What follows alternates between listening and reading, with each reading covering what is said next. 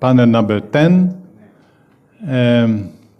My name is Haralambos Ioannidis.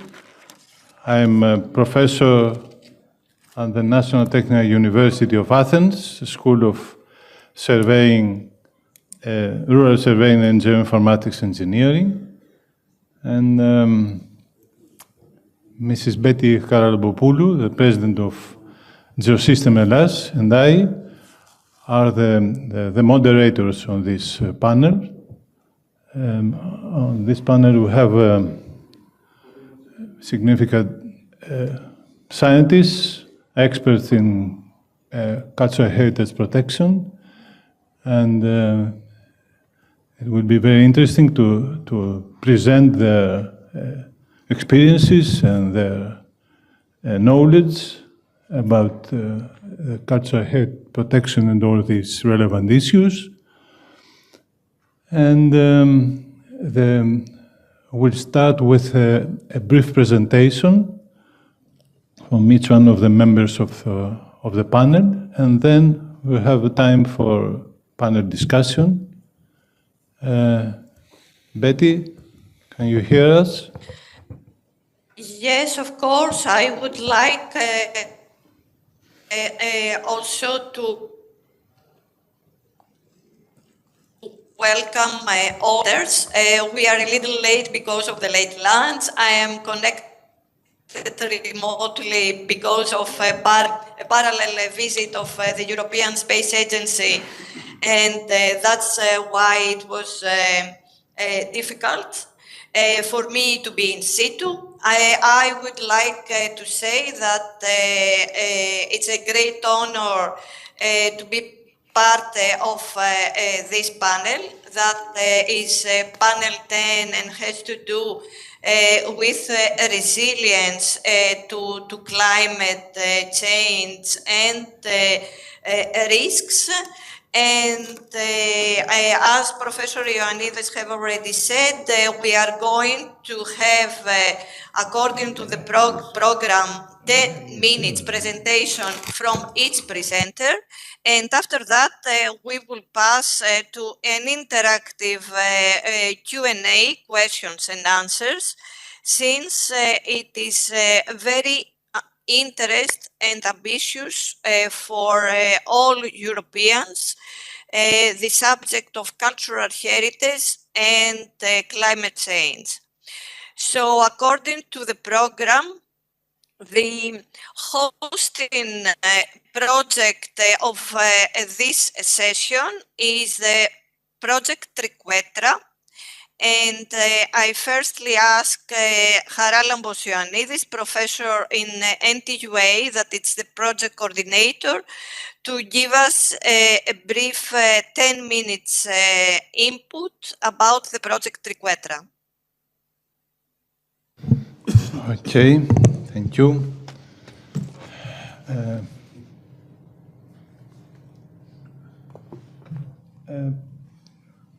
Is it possible to upload my presentation?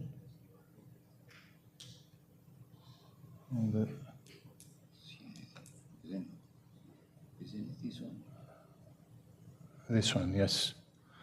Okay, thank you. Okay, the goal of the TRIQUETRA project is the creation of a toolbox for assessing and mitigating climate change risks and natural hazards threatening cultural heritage within 36 months. The project started at the beginning of 2023 and will be delivered at the end of this year. We are 21 partners from 7 European countries. Of these 21 partners, 6 come from the public entities, 4 SMEs, 7 university research groups, and 4 research institutes. The TRIQUETRA project aims to address the challenge of safeguarding and protecting Europe's cultural heritage from the effects of climate change and natural hazards, disaster risks, and pollutants, including remote areas, coastal and maritime cultural landscapes, and underwater heritage, through discovering, implementing, evaluating, and promoting innovative and sustainable ways. The project aims at creating an evidence-based assessment platform, and a database of available mitigation measures and strategies, and finally to develop a decision support tool towards efficient risk mitigation and site remediation. The TRIQUETRA project is based on three major pillars: the risk identification, risk quantification, and risk mitigation. Okay, first we have the development of a knowledge-based platform for storing all knowledge on cultural heritage risk and relevant previously applied mitigation measures, and a decision support system which will enable stakeholders and decision makers to make the most appropriate choices concerning risk mitigation and remediation of endangered cultural heritage sites. This project includes 8 pilot sites across Europe, 3 from Greece, at Kalapodi archaeological site, the archaeological site of Colonna in Aegean Island, the sunken city in ancient Epidaurus, one from Cyprus, Chirokitia Neolithic site, one from Germany, one from Italy, Switzerland, and Poland. Novel tools for the program include the development of flash LiDAR, imaging LiDAR, a swarm sensor, a laser-based spectroscopic sensor, also the creation, the development of novel models and technologies for risk quantification. For the development, we develop models for risk quantification stemming from water, ice and snow extreme events, geohazards, chemical and biological hazards, climate-related hazards, as well as structural damage risks. Also, the development of the knowledge-based platform, the decision support system, novel protective materials, mitigation tools, methods and technologies for protection of cultural heritage sites, and also an application in order to activate citizen engagement and crowdsourcing in cultural heritage site monitoring. Through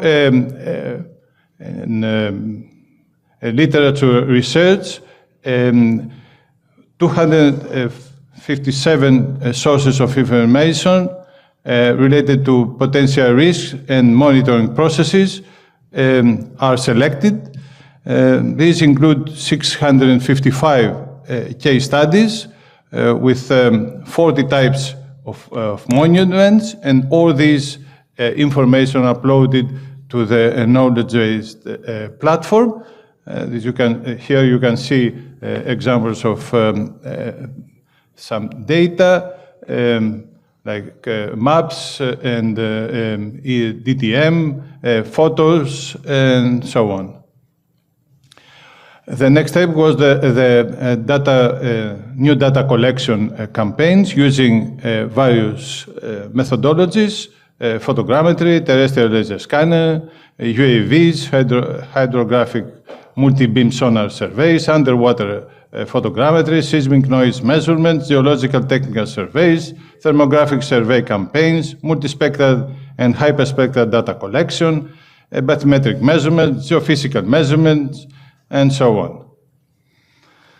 Okay, we collect the historical and climate data and in situ climate data in order to develop the risk identification models concerning climatic information, geological risk identification, with data collection, data analysis, and geological hazard identification, and all these uploaded to the knowledge-based platform. The next step was the development of risk model, risk assessment, and by developing climate models for site-specific damage risks, concerning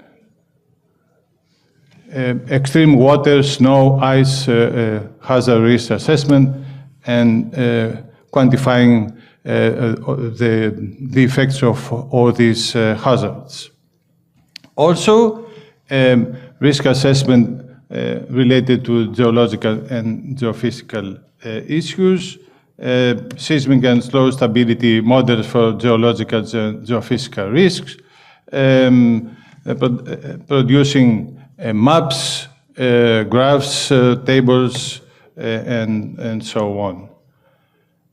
And a very important issue was the multi-hazard approach. The objective for this is to assess and understand the impact of not only individual environmental threats, but the combination of multiple environmental stressors, climate change, and natural hazards. Some of the complex scenarios, for example, sea level rise and storm surge and waves, or sea level rise and tsunamis, have been investigated. And here we have some results of this investigation. You see, with sea level rise and extreme waves hazards, or tsunamis, and earthquake with in combination with flood. Then we have the development of the decision support system. In this system, we develop tools for describing each risk in details, and tools for defining the nature of the risks affecting each cultural heritage sites, both natural and man-made hazards, and their probability of causing harm to the cultural heritage sites and their consequences.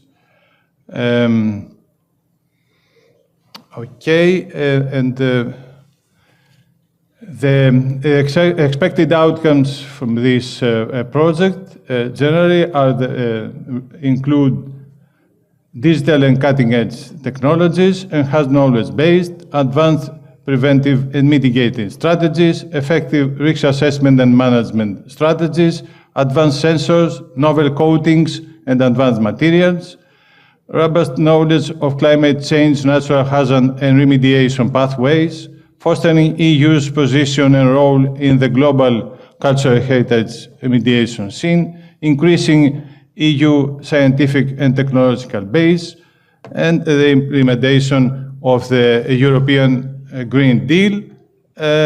These are the long-term results expected from the project. And I think that's all. Thank you for your attention.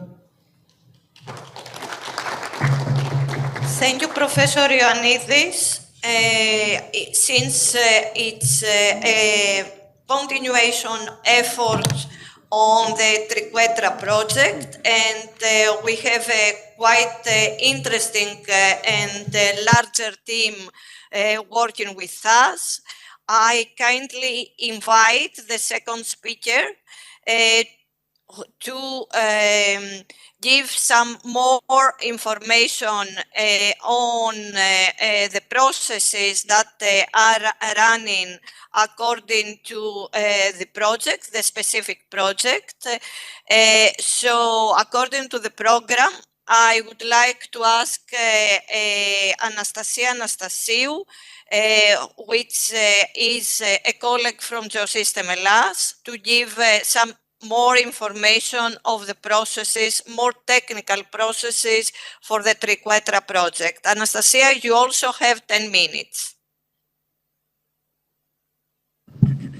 Thank you, Betty. Hello, everyone. I will briefly present the two platforms of the project, the knowledge-based platform and the mitigation measure module of the TSS. I will jump ahead because these were also presented by Professor Ioannidis. Regarding the knowledge-based platform, we basically have a twofold solution, which in one part is a comprehensive searchable electronic bibliographic repository collecting and indexing literature on cultural heritage monitoring and mitigation. And on the second part, we have a user-friendly WebGIS interface, which allows for dynamic visualization and supports strategic planning for mitigation, particularly, of course, in the context of climate change. The first component of the knowledge-based platform basically includes all the data that has derived from the literature review conducted within the project. This section provides the end user with information regarding the scientific publications and reports that have been studied within the project. And the second component of the knowledge-based platform, the WebGIS, basically it is basically used for the visualization of all available data that are related to the pilot sites and have been collected throughout the project. Here's a very brief picture of the architecture of the knowledge-based platform. And as you can see here, there's a brief demonstration of the knowledge-based platform. The user is able to conduct either a map search based on their preferences. You can see that each paper that has been reviewed is included on the map. And in the window on the left, the user is able to see some more information about the paper and also use some filtering criteria regarding the country where the monument is located, the general pilot site area, the type of risk, the period, the site context, the type of the monument, or the natural environment of the monument. Here you can also see the second component, which is the WebGIS platform. Of course, we have information, general information about the project, and then we have folders regarding each of the pilot sites, and a series of layers, be it georeference data such as orthophotos, point clouds, climatic data, risk data, and also some external services such as Copernicus services. Here, for example, you can see that once the user selects the specific layer in the region of Aegina, we can see some historic orthophotos, and the user is able to edit the opacity and other criteria and preferences they have. Moving on to the decision support system. Moving on to the decision support system and the mitigation measure selection and optimization module. Basically, we have set some objective functions which define the objective of the optimization, created also some constraints and geometric restrictions, and some stop conditions that serve as an indicator that the solution has been found after a number of iterations. Here we have a brief structure of the architecture of the module. The user is able to select a pilot site, apply specific characteristics regarding the period, the type of the monument, the material, the natural environment, and so on. And then the user is also able to select the hazard at hand and get back basically a list of proposed mitigation measures that have been cross-referenced with similar monuments in bibliography. we have a hierarchy of low to high importance in the way that the matching is taking place. We start from the lower level of pilot area, then we move to the country, the period, the natural environment, and finally the type of the monument and the type of risk at hand. And then the optimization process is taking place using some user-defined parameters, such as the cost, the implementation time frame being be it long or short term, the mitigation measure category, the area of application, whether it is on the monument or in the general area, the topological effect of each mitigation measure, and finally the risk score range. This is the interface of the module.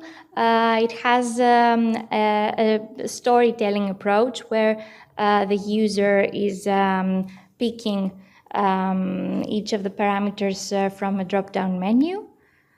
And as you can see here in this video, the user is basically selecting all the parameters they are interested in, and the final result would be to get some mitigation measures that have already been applied to similar monuments, monuments with similar characteristics that are also facing similar risks.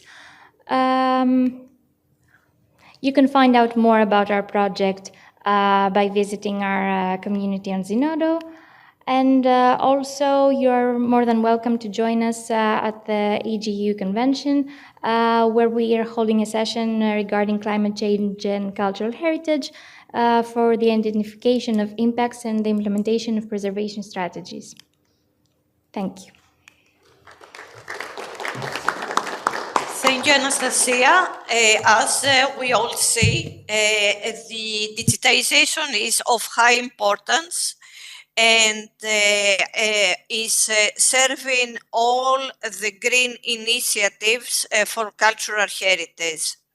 And with that, we give the floor to Professor Salvatore Martino from Sapienza University in Rome, who is also a member of the TRIQUETRA project, but also a member of an older project that have concluded some time ago, the Stable. So, Salvatore, the floor is yours. You can also, if you wish, share your screen, or can you hear us? Yes, okay, I'm going to good. share my screen.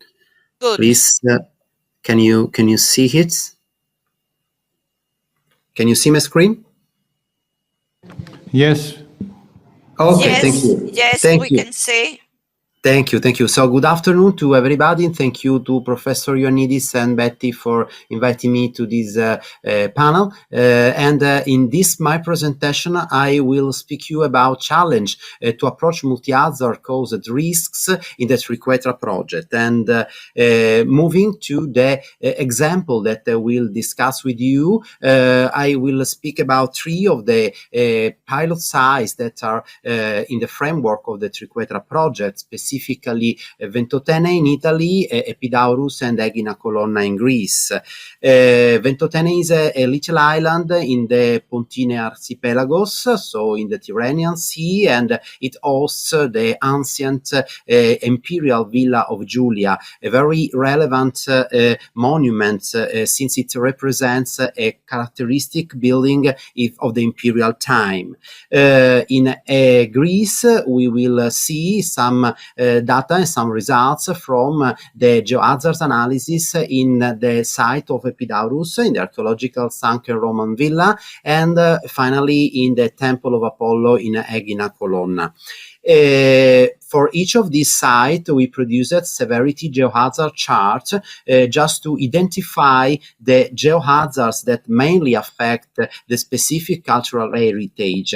In this plot, you see the case of Ventotene, where landslides, sea waves, and heat wave are considered the most recurrent events. In particular, this exposed the high damage of the exposed monumental structures, as you can see in the case of this arch, which collapsed in 2023, and also in the damaging of the painting in the building of the imperial villa. But above all, the villa is threatened by the effect of landslide, which fells the coastal cliff in this place. So we performed a high-resolution photogrammetrical reconstruction of the site to have the possibility to analyze the location of the geohazards, and especially of the landslide, which are detaching from the cliff. And also in the framework of the TRIQUETRA project, we performed a high-resolution analysis of the building, which were never produced so far, and so we are recovering the buried structures of these monuments. And by the time during the project, we went to measure also the temperature effects on the structure exposed. For example, you can see the measurements of the temperature on the painting of a typical lapis romanus coverage of the building. And for the geological characterization, we used the specific geophysical approach, which allows us for the first time to measure the thickness of the deposits outcropping in the Punta Eolo promontory, which hosts the Villa Giulia building. And thanks to this information and thanks to this reconstruction, we were able to suppose that the seismic action can be amplified in the sites significantly. Using the TRIQUETRA project, we went to install a high technology installation, which involves several sensors and instruments devoted to control the effect of the sea wave impact against the cliff, but also of the wind, of the rain, and on the possible detachment of the block. And actually, we are measuring this data and recovering them thanks to a remote transfer of informations since the last May, so since May 2024. In some events, we can observe the movement of the block produced, for example, for the composition of rainfalls and of temperature affecting the cliff. And now we are moving toward the numerical modeling of the possible effect due to the waves of the sea and to the temperature itself by using finite difference and finite element approach. Here you can see the modeling of the temperature propagation inside the cliff by using of daily, monthly, and yearly thermal input, which were measured by the system installed in the cliff. And finally, we are going to model the sea wave effect against the cliff by using the monitoring data and also the hydrodynamic modeling that in the framework of the project were produced in the reconstruction of the sea waves.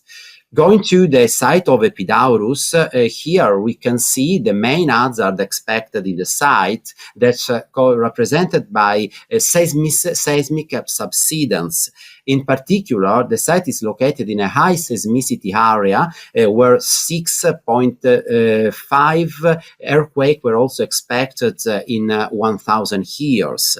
And also, the place is involved in the sea level variation and in the geodynamic subsidence, which caused the Roman villa to be sunken over the time. So the geological situation is the location of the villa in an alluvial plain where it's possible to hypothesize the impact of tsunami waves and also the effects of the earthquake shaking. For this reason, we performed a high-resolution geological surveying, and we measured the seismic response in the archaeological site, close to the archaeological site, putting in evidence the very high amplification effects, which can be observed by the noise measurement performed so far. And now we have also a stratigraphic model of the subsoil, which allow us to produce a numerical modeling of the seismic response and to evaluate the possible effect of subsidence produced by the shaking due to the earthquakes. This settlement can be added to the geodynamic settlement, so the geodynamic subsidence, and to the sea level rising effects.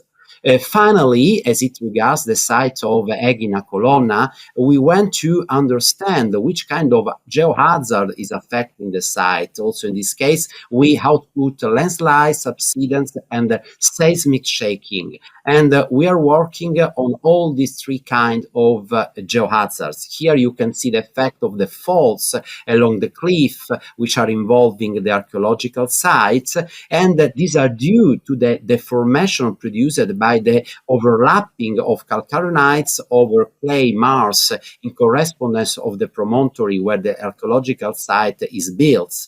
And after a detailed engineering geological surveying, we were able to model the retreat of the cliff in the 2000 years of archaeological sites evolution to demonstrate that it was related to the overlapping of the clays, of the calcarenites on the clays.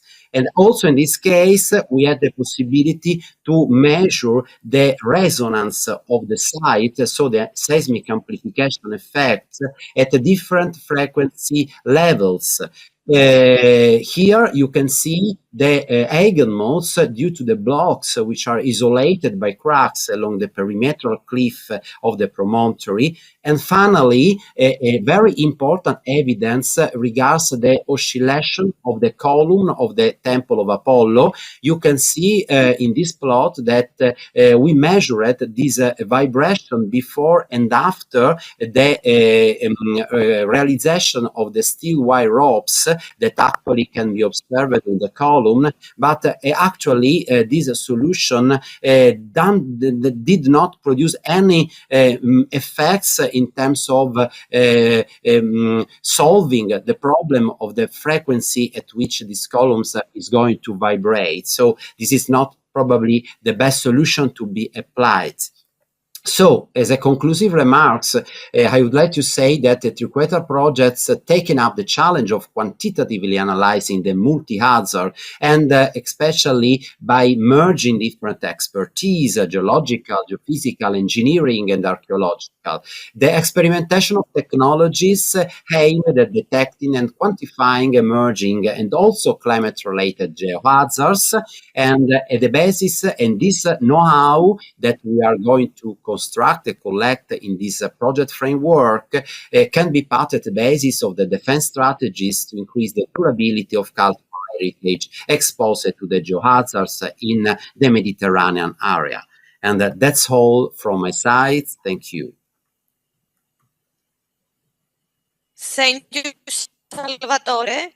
As we all understand, the geological hazards combined with the climate change is a major issue on cultural heritage, and all those state-of-the-art experimental methods are giving to us a new view on how to proceed with new projects and new measurements over the archaeological sites as add-on to the archaeological sites digitization.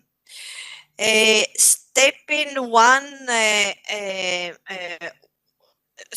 on, I give the floor to Dr. Alexakis Dimitris for the Topio project, in order that we better understand how important for cultural heritage also is the landscape.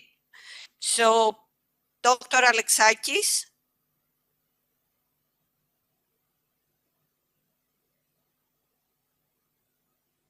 Oh, do you hear me now? Yes. So, hi everyone. Thank you, Betty. Thank you, Professor Ioannidis, for inviting me to this panel. I will give you a short talk about our project. Project Actually, topio is the Greek word for the landscape, and we will see how we integrate cultural heritage monitoring and landscape monitoring in this project. So just a few words. I'm principal researcher at the Fourth Foundation for Research and Technology, Hellas. We are located at our main premises are at Heraklion in Crete, and we have 10 institutes across around Greece in different disciplines, computer science, biology, humanities, etc. So our institute is the Institute of Mediterranean Studies. So we're the only institute of ITE, of fourth, that we also work on humanities and history and digital technologies, combining all of these approaches. So we work on Mediterranean history, geoinformatics, technology for the environment and the culture, and we are located at Rethymnon. So that's all for fourth and for Institute for Mediterranean Studies. And some things about Topio. So the title is Topio Towards a Democratic Landscape Observation through Geoinformatics and Public Participation. It is a staff exchange project. It started at the end of 2023, and it will last for 4 years. We are 9 partners across Europe. In Greece, 3 partners from Greece, 1 from Cyprus, Spain, Portugal, Belgium, Italy, and Estonia. And we have 1 research center, 3 SMEs, and 3 or 4 universities in our consortium. So in Topio, we work on the application of landscape ecology, cultural heritage monitoring, citizen science, it's a core part of our project, policy outreach, and artificial intelligence. So with the aid of Earth observation, digital twins, and geoinformatics, we aim to find a common ground to involve both science experts and citizens in a unique bottom-up approach in order to implement the European Landscape Convention and somehow assess the quality of the rural landscape. Because usually we talk about landscape and there is a kind of objectivity, subjectivity in this part. We want actually to put the quantitative part in the assessment of the quality of the landscape, and this is the aim of our project. So the idea came from the European Landscape Convention. It's the first international treaty on landscape. It covers all aspects when planning European landscapes, and of course, it has inside it has the aspect of cultural heritage monitoring, and it was adopted by the Council of Europe back in 2000, and it obliges the members, and of course Greece, to incorporate the landscape dimension in their legislation policies. But it's a consultant thing. We are not forced to apply the landscape convention in our spatial planning. Yes, it's a recommendation. So in this diagram, it's the core of our project. So in the 7 case studies, we want to have a landscape character assessment. So to assess, let's say, the rural landscape. The assessment can be for the time being and also for the past. So we also aim to have the historic landscape character assessment using historic data. So from the one part are the experts, the scientists that collect different data, different layers in GIS environment, let's say about morphology, vegetation, soil, geology. There is a series of data we're going to collect, combine them, and try to delineate different landscape patterns according to experts' opinion. And the other part, very important, is the public, the citizens. They will assess, they will delineate the patterns. Okay, so here you can see delineation of patterns, of landscape patterns in Thalassia and Western Crete, according to the expert's opinion, using different GIS layers. Okay, the public is going to use a GIS platform that will be developed by Geosystem Hellas, where there will be questionnaires. The people will answer to questions about the landscape, how they see the landscape, what they feel about the landscape, what are the memories of the landscape, and these answers will help us to delineate patterns using public participation opinion. And in this process, we also have the aspect of cultural heritage. What has changed, if they feel that the cultural heritage, there is a danger because of natural hazards, and etc. So here is an example, of Falacerna, how it was back in 1977, and how it is now with many, many greenhouses and hotels. 40 years ago, 50 years ago, it was an isolated area. So, do I have time? So, okay. So we want to identify areas of distinct character, specific combination of natural, sociocultural, and perceptual attributes. And this is a very important graph. So it's a cultural aspect, land use, settlement. We're going to map all this and combine this. And of course, memories, as I said before, preferences, color, texture, patterns, landform, geology, land cover. And we're going to map them multitemporally. And here is the main aspects of landscape, the culture, the economy, the heritage, and the environment. Of course, the people, citizen science, but the decisions are taken by the governments. So, public participation, here's an example how the platform will be developed by GeoSystem-LS, and here's an example of the questionnaires. Each case study in Portugal, in Greece, in Italy, will have a different questionnaire adapted to the needs of each case study. So our Portuguese partners are working on this. And of course, here you can see an example from our first summer school at Ghent in Belgium, where the local people, together with scientists, they delineate patterns of landscape according to their expertise. Because some of them are locals, they know the place, they have some feelings, they have some memories, and they delineate the patterns according to their opinion. And of course, the experts are going to their experts' opinion. So, the output, yes, 1 minute. The output will be the digital platform. It will be a data inventory. It will be the tool for public participation and the tool for uploading photos from the landscape. As an observation approach, we will monitor using Copernicus data the landscape multitemporally.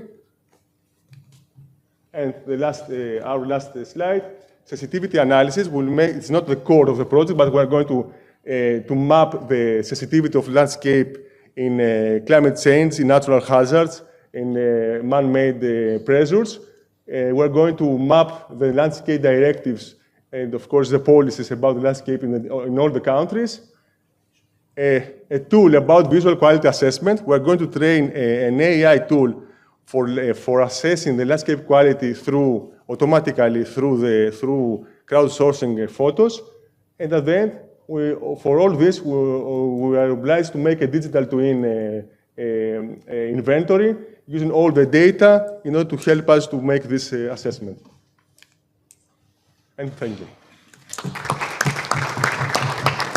Thank you, Dr. Alexakis. I would like to ask all the presenters to stay with us in order to continue after the presentations with the QAs.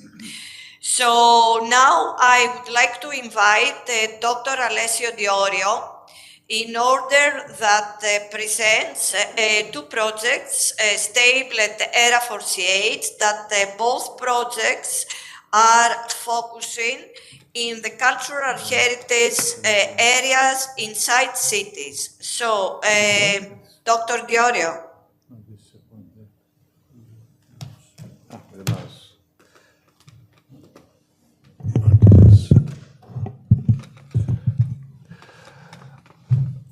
Good evening. So I'm Alessio Diorio. I'm CEO of this company, Alma Sistemi.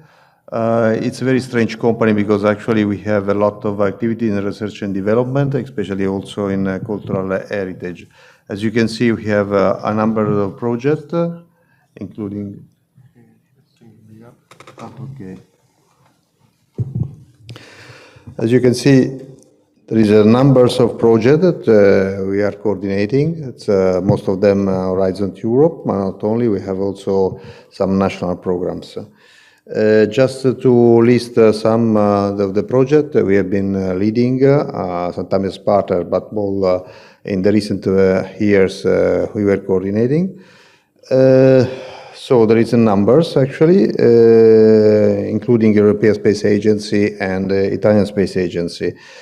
Our, let's say, Alma, let's say, the soul of the company actually is divided between space, defense, and research. So actually this is why we have so many projects running. So talking about the last project, Stable, it's the one that we are talking about now. It's related to analysis, risk analysis about earthquake in historical center, especially not only in Italy. We had actually 4 case studies in Italy, Greece, and Cyprus. And it started from this slide. This was the output of another project, aphorism that we made with INGV. That is showing the damage in Amatrice earthquake. We had 2 earthquakes. As you can see, how the damage has been progressing between the 2 earthquakes. So the question was why we don't have this kind of maps before the earthquakes happens, not after. And this is the point of the project. So the vulnerability is a complex situation. So actually, we take in consideration geological, geotechnical risk, the structural stability of the building, and also with the seismic risk map of the area. So this is the basic, actually the basic idea about the project. Sorry. I think it's, I went a bit ahead. Okay. What is the point?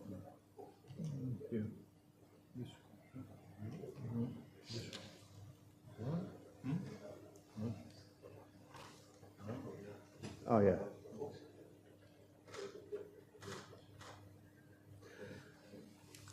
Okay, just to show that actually the 2 projects now overlapping for some activity. So in principle, Stables as related to the structural stability model, with a number of resilience parameters and taking in consideration geological and soil parameter, and also the monitoring of some of these parameters.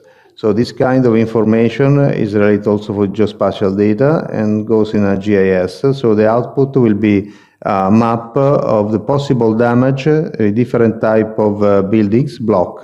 In this case, we are using a simplified structural stability model in which we take in consideration block of buildings, not a single building.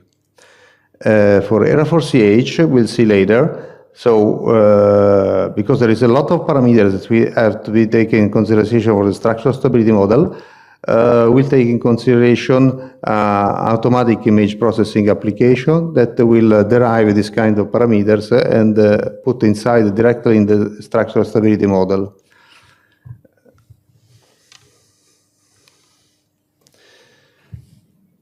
Okay, these are the numbers of data that are included actually in the system. So we are starting from space, but we are taking consideration geological map, PSA vectors, acceleration map in this case for 1D and 2D models. The structural stability model, we are taking consideration for 40 different type of probability of the event. Environment risk map and the building outline. So that's the basic of about our model. So we take in consideration a capacity of the building to sustain the earthquake wave and the seismic demand, so that the type of geological land that are insisting into the building. So we have some vulnerability function of the building. So the basic idea that is to calculate this seismic risk map with the different building. So the input parameter of the model, we have taken consideration different type of data, structural data, that means typology, construction period, use of building, post-earthquake damage data, detection, geometrical data. That means the height, the number of floor, the numbers, the perimeters, the numbers of windows, where are located the windows that are impacting on the structural stability of the building, and of course the seismic data. So these are the number of data that we are taking consideration, including also the type of manufacturing of the building. So what is been in rubble and brick on other type of. And we have a lot of information that we need to include into the models. So this is the output, the risk map of the building in a certain block of buildings, actually. The risk in the defined probability of certain level damage. So we have 4 level damage. We'll see how it's working one of our test case. Okay, the level damage is increasing from 1 to 4. So these are the case studies that we are taking into consideration. So Naflio, Retmino, Strovolos, and Riedi. So we have this is the case of Riedi. I'm not showing the other one. So there is a numbers of buildings that has been selected. And these are the probability. So considering the probability of one earthquake after 475 years, so we have the probability of small damage. It's much higher. And in this case, we have the total destruction, actually, of the building. Collapse of the buildings will happen with a small probability. But this is because actually we don't expect a strong earthquake in 500 years. So this the platform has been developed together with Geosystem Hellas. This is ERA4CH. We can see that for the point that we have identified the number of characteristics that goes into the model. So in this case are the number of windows, facade elements detection, the cracks that are an important element to define the structural stability of the building. In principle, this is automatically generated code. So it's automatically generated result from the code. The number of floor, the type of material, construction material, this is all automatically detected by video and images. Construction period estimation, so without any cadastral information, and other type of the damage detection. So this is a summary, so the windows, doors, balcony, so we can identify with the image and video, cracks, number of floor, construction material, we have the model and techniques. So damage assessment heat map, so this is the pipeline that we have. We have to follow the process. This is the case of Hania. So we selected the one area of the city. There will be a number of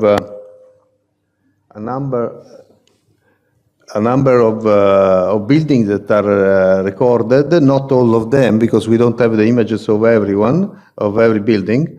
And these are the heat map that are described, the score for presence of crack, for example, in this case. So we automatically detect the number of crack and the distribution of the building per type of material. So at the end, this is under development, so it's something that still we have to work around. We define a risk map with a certain type of formula, and this is the result. Actually, this is something that is under debate, and actually is the most important result of the project. So just because I think it's in the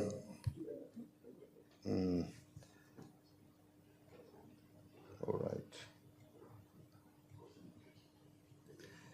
is one of the main picture of this conference. It's interesting of the case of the Holy Sepulchre in Jerusalem. We have also another project in which we are developing luminescence dating instrumentation. So this is the history. I think it's one of the most important work in archaeology has been done. I think it's also Greece has been very well represented for this. So has been done a very, very good job to analyzing the data of the different type of construction and reconstruction of the Holy Sepulchre. So actually this has been validated. The only problem that actually there's the analysis of the OSL sample that give the exact date of the sample. It takes normally 12 months. This is what has been recorded. So, and we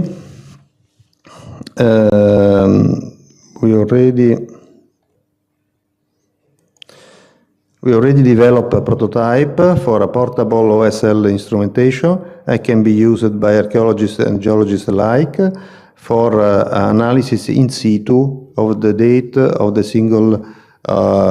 single sample. That means, of course, that is compatible with carbon-14 analysis. So, and with the difference, with this kind of techniques can be used for non-organic material, and that include a lot of information, so in this case. You can see the prototype is going to be used and developed further. So we are just starting a new project for this analysis. Okay. Thank you.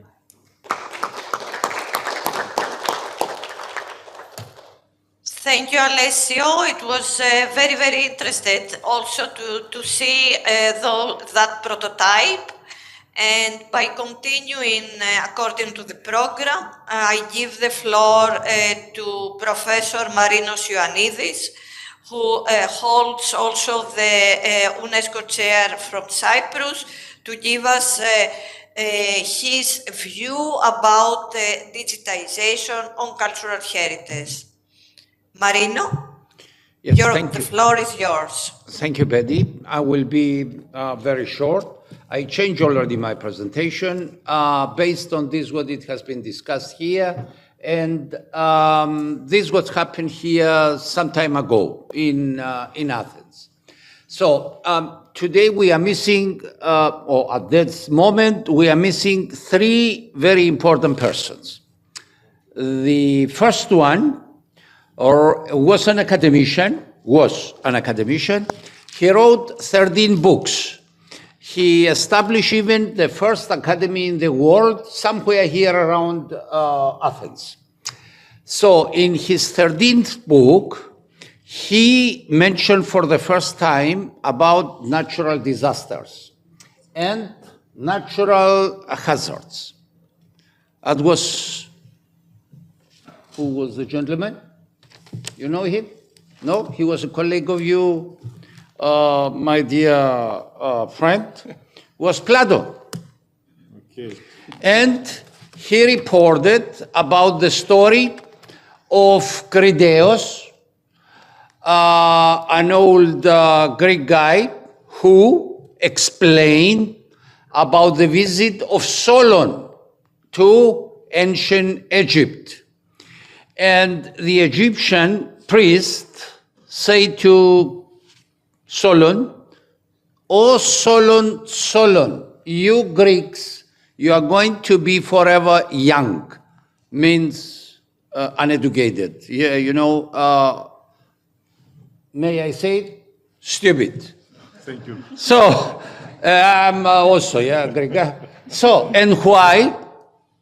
Because you don't take care to preserve the best out of the best that you created for the civilization. It is written, yeah? It is written here in Athens, 2,500 years ago. And Solon asked him, hey, okay, assuming that we are stupid, so what about you, the Egyptians? And he said, listen, my dear friend, we take care.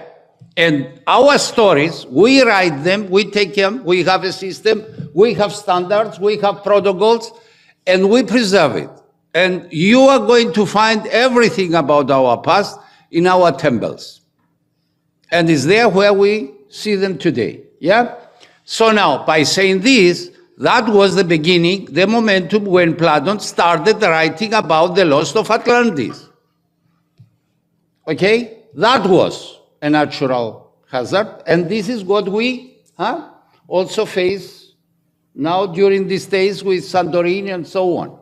Nevertheless, the second important person who is missed now here in this room is the Greek commissioner responsible also for tourists. Why the foreigners are coming to Greece? They're coming for three reasons, or to the southern part of Europe. Why? Because of three reasons: the sun, the sea, but Greece is also because of the culture, which is unique. And if you visit whatever museum of the world, there is a permanent exhibition of the Greek civilization. Yeah? So, and the third person is actually the chair lady. Where is the chair lady? She's not here. And it's as a continuation of the previous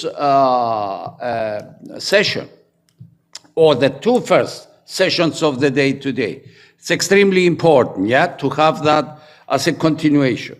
Now, by saying this, and taking that into account, whatever it happened here or during the project, the TRIQUETRA, but also the Tokyo one, it's extremely important, or it was also extremely important for Plato to see what his successors did to at least take care, but now in the European level, and because it was also the point of sustainability mentioned today, what's going to happen once when the TRIQUETRA project is over? The financial support is over at the end of this year. Is there any continuation so far as this unique platform concerned? And what about the preservation? And now I'm coming back to the Plato, yeah? Or to the Egyptian priests, the preservation of the knowledge, of this God. It has been created even from Tokyo. And if you come now and you merge your results with the results here, and you add also the whatever storytellings, the crowdsourcing, because there is also crowdsourcing here, but so from the tourists, from the images and so on, and from you is from the stories. So if you merge all this together, there is a story, there is and you mentioned one very nice word, memory. Yeah? I picked that, which is not only the digital twin, it's also the memory twin, the most important about, and that was the story also, or the point where the Egyptian priests criticized the Greeks on that time. And by this achieved now under the coordination of the Greeks, it's extremely important that something has to be done. It's a multi-million euro of investment, taxpayers' money, and it has to be done something. Otherwise, we are running around the circle and we never learned anything. And that's exactly the point where the story of the dialogue between the Solon and the Egyptian priests came to an end in the 13th book of Plato. This is what I wanted to say, Betty, and I'm sorry that I changed my presentation, but I was so influence from the two presentations or from all the presentations here. Thank you.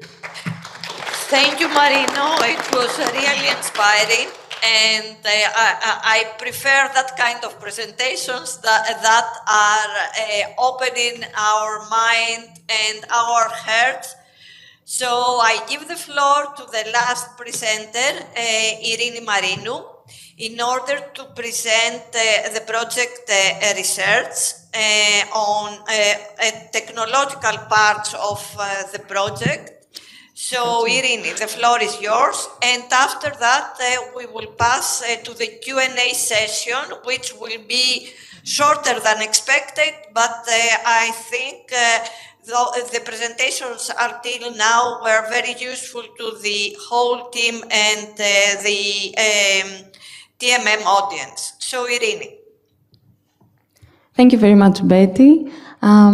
Just to mention that I totally agree with Mr.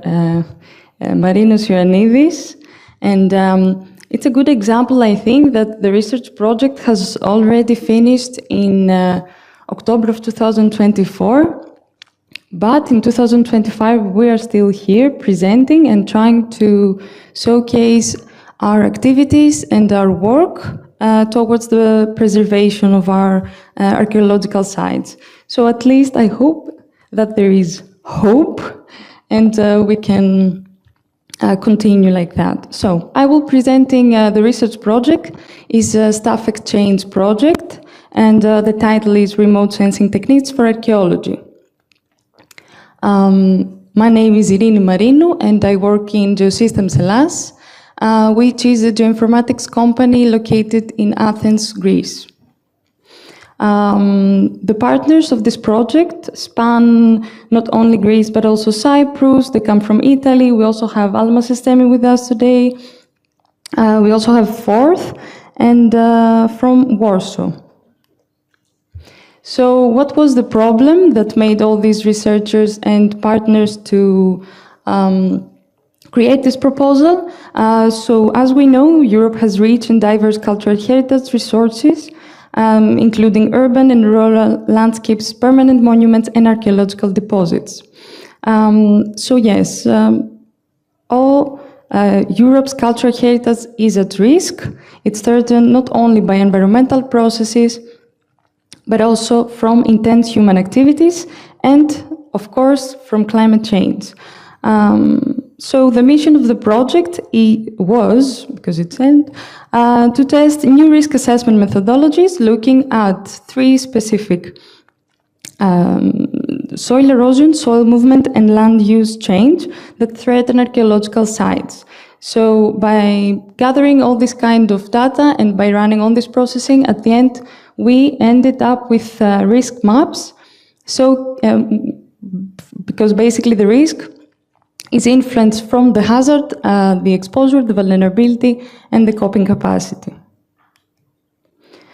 So research aims to determine Earth observation methods that can be effective in the monitoring and diagnosis of cultural heritage, to define risk modeling systems that allow the prediction of soil erosion, soil movement, and land change, to develop a WebGIS tool for heritage risk analysis by integrating risk prediction with ground-based and remote sensing datasets, and highlight the importance of new technologies for monitoring and managing cultural heritage sites. The role of Geosystems Hellas was to detect and monitor ground and structural movements at these sites through the processing of synthetic aperture radar using not only high-resolution images but also open and freely available sources.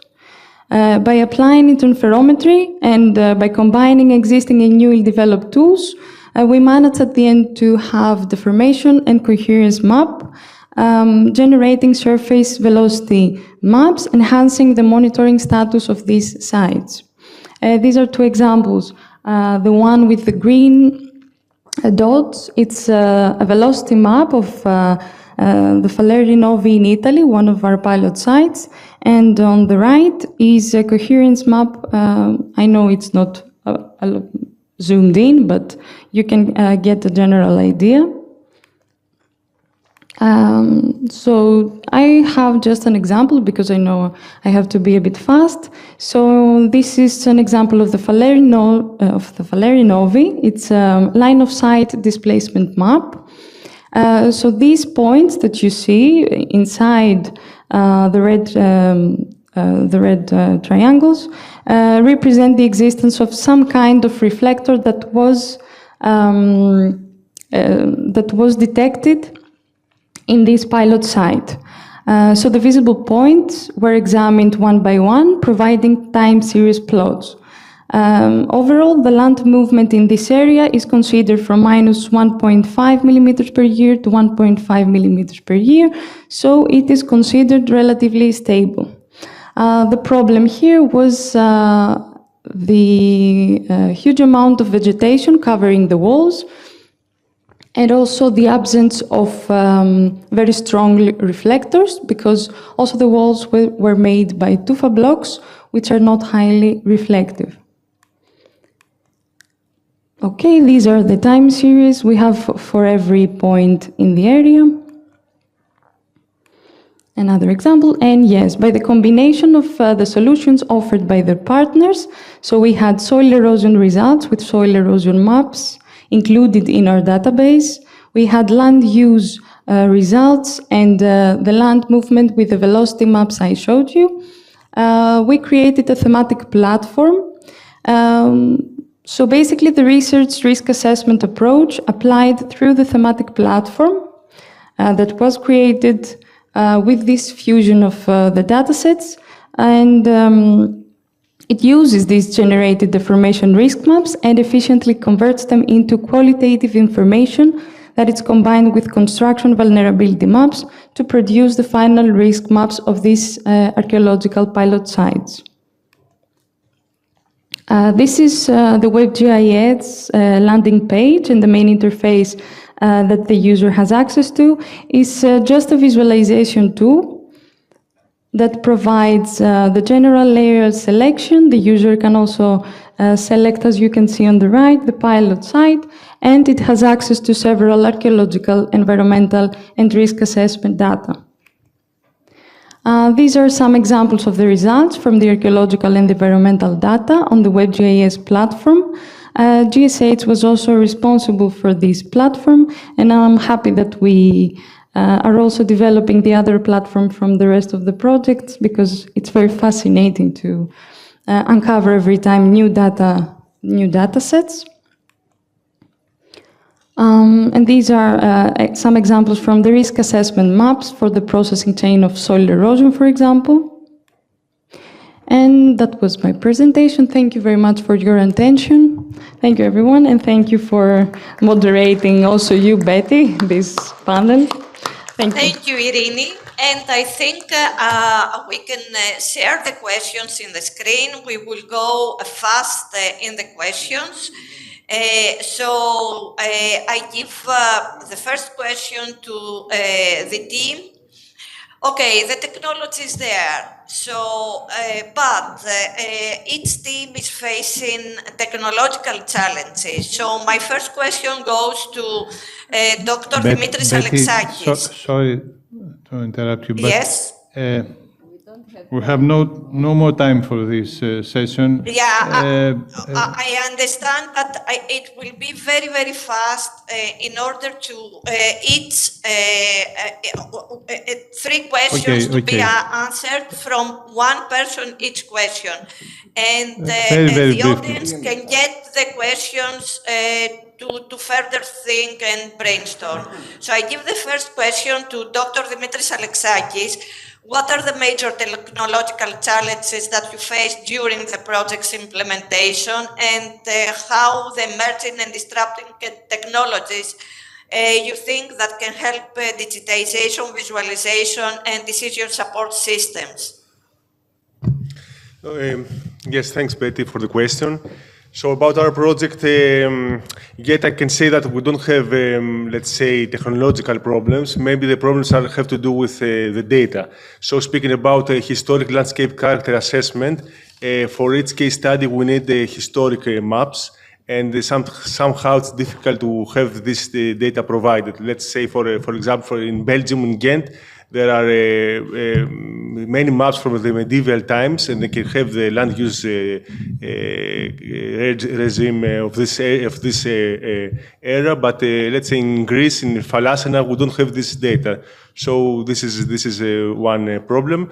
And of course, concerning the second part of your question, we need all this. We need these technologies not only for risk assessment, for monitoring, but also for predicting, for visualization, for AI, for virtual reality, but also for predicting using let's say big data.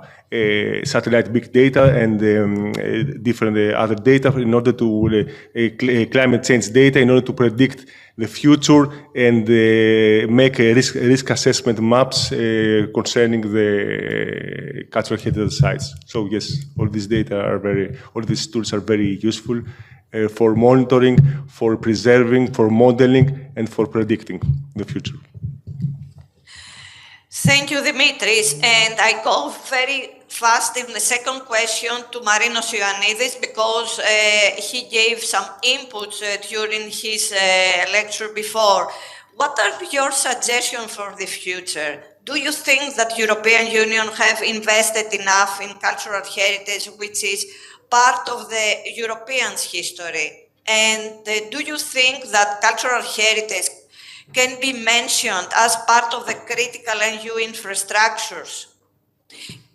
Betty, thank you. Being at the view of being vital for the functioning of the society and of our economy. Yes. And you know that Europe is investing a lot at this moment on defense funds. Do you think that cultural heritage can be served and can have that position as critical infrastructure? Betty, definitely yes. But whatever is happening now with the big investment of Europe in defense is a big mistake. That's going to be a part of the work of historians to cover in the next, let's say, 10 years.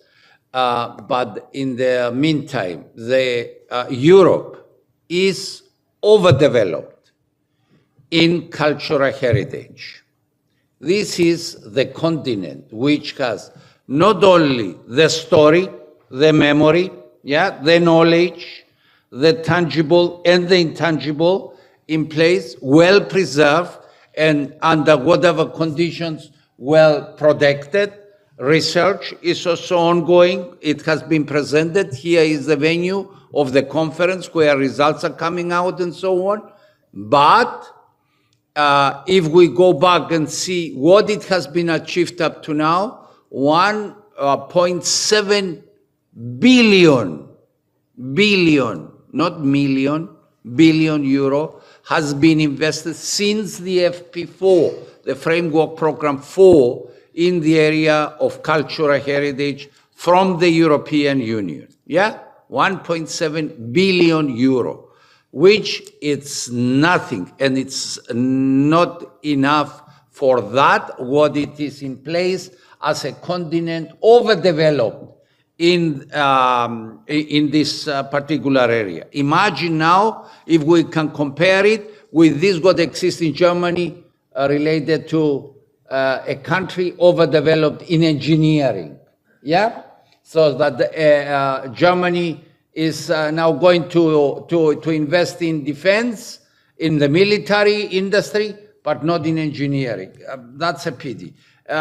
We have to recalibrate, I'm using a word from your domain, ourselves and see what we can do. So far as this unique sector that we have, and we don't take care so much as we have to do, unfortunately. So far as digitization concerned, it has to be accelerated. You mentioned that, natural hazards, and not only natural, but also human driven Things like the war now currently here, we see what's happening in Gaza, see what's happened 50 years ago in Cyprus, and what we lost.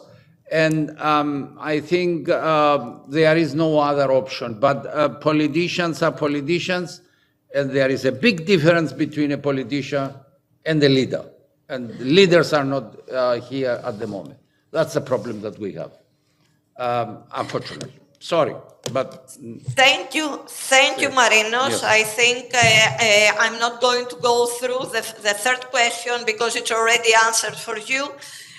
Just hope that the future will be a continuation of efforts in digitization, in cultural heritage monitoring, management and prevention, and also in peaceful projects like the ones that have been presented at this session. I think Europe can do more. And this session is concluding with this motto. Yes, we can do more in monitoring, managing, and preserving our cultural heritage. And by that saying, I would like to close the session and thank all the presenters for being with us. Even that we were a little late after lunch, and hope that we will all continue the collaboration, because the collaboration is one of the most important things that we have to invest. Thank you all. Thank you, Betty. Thank you all for your participation. Please stay for the next panel. Thank you.